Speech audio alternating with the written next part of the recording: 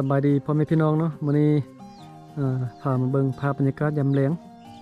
อยู่ที่สะน้ำเนาะภาษาลาวนี่จะเอิ้นว่าสะน้ำซึ่งว่าสะน้ำนี่ก็คือบอนสถานที่ที่ชาวบ้านเนาะมารวมตัวกันแต่งเฮือนอยู่นี่หลายครอบครัวนะมาแต่งเฮือนอยู่นี่เพื่อที่มา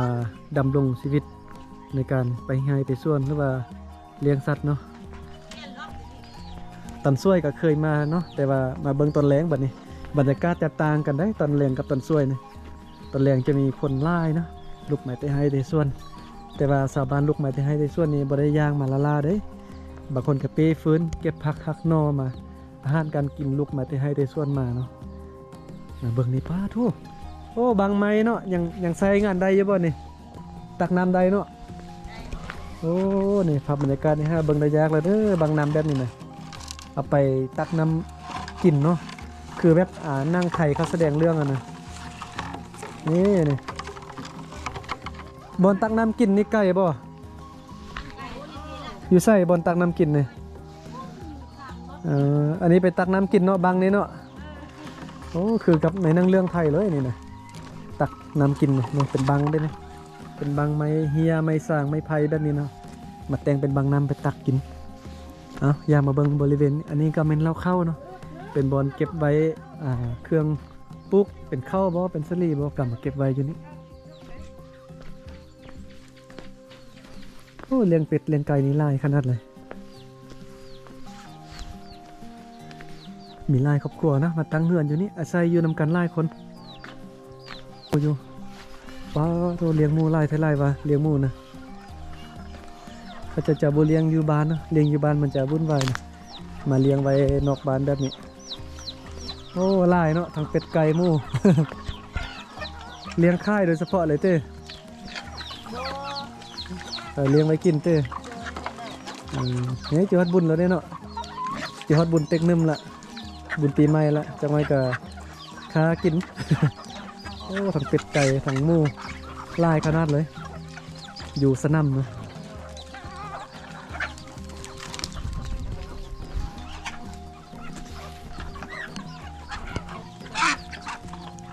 แล้ววันนี้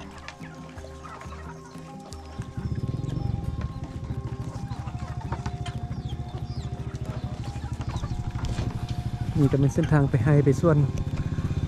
เป็นประตูอัดไรโอ้ไปให้มาแล้วเนาะ เส้นทางไปฮอดไทยขี่รถจักรไปเลยโอ้สบายนะไม่ได้ย่างไปวันนี้นะไกลว่าไปให้เนี่ย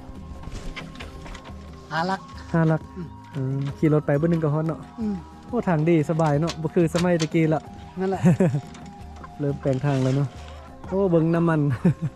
คักขนาดน้ำมันบ่กินไล่เต้เบิ่งเนาะอันนี้มันทั้งน้ำมันได้นี่น้ำมันกระส่วนเนาะ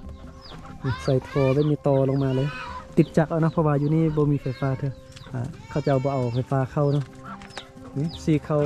เกาลาได้แต่คุณภาพดีได้เนาะ ได้ติดจักรเอาสีเขานะสีเขาตอนนี้เต้ยังมากลงสีเขาเนาะนี่โอ้เก่าได้แต่ว่าดีแต่หมูเป็ดไก่งัวควายครบสุดเลยอยู่นี่นะเลี้ยงนะลายขนาด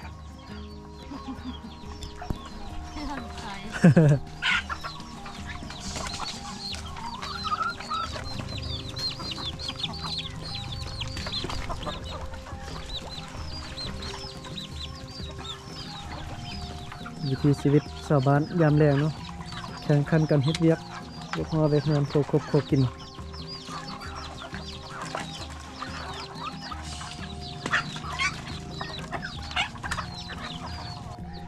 มาเห็นซองสาว ซองสาวสูบยาอันนี้เป็นผู้สาวอยู่หมู่บ้าน มายอกเอ้ยไปนะไม่เท่ากับเอ้ยแล้วนางลิ้นเนาะส่วนใหญ่ผู้หญิงจะสูบยาเป็นก๊อกเนาะยาก๊อกยาเส้นเดียวกันเนาะยาเส้นเนาะผู้ชายบ่สูบได้ยาแบบนี้นะบ่สูบเนาะส่วนใหญ่ขึ้นดอยเห็นแต่ผู้หญิงหรือว่าผู้เฒ่าผู้แก่สูบยาก๊อกยาเส้นแบบนี้นะ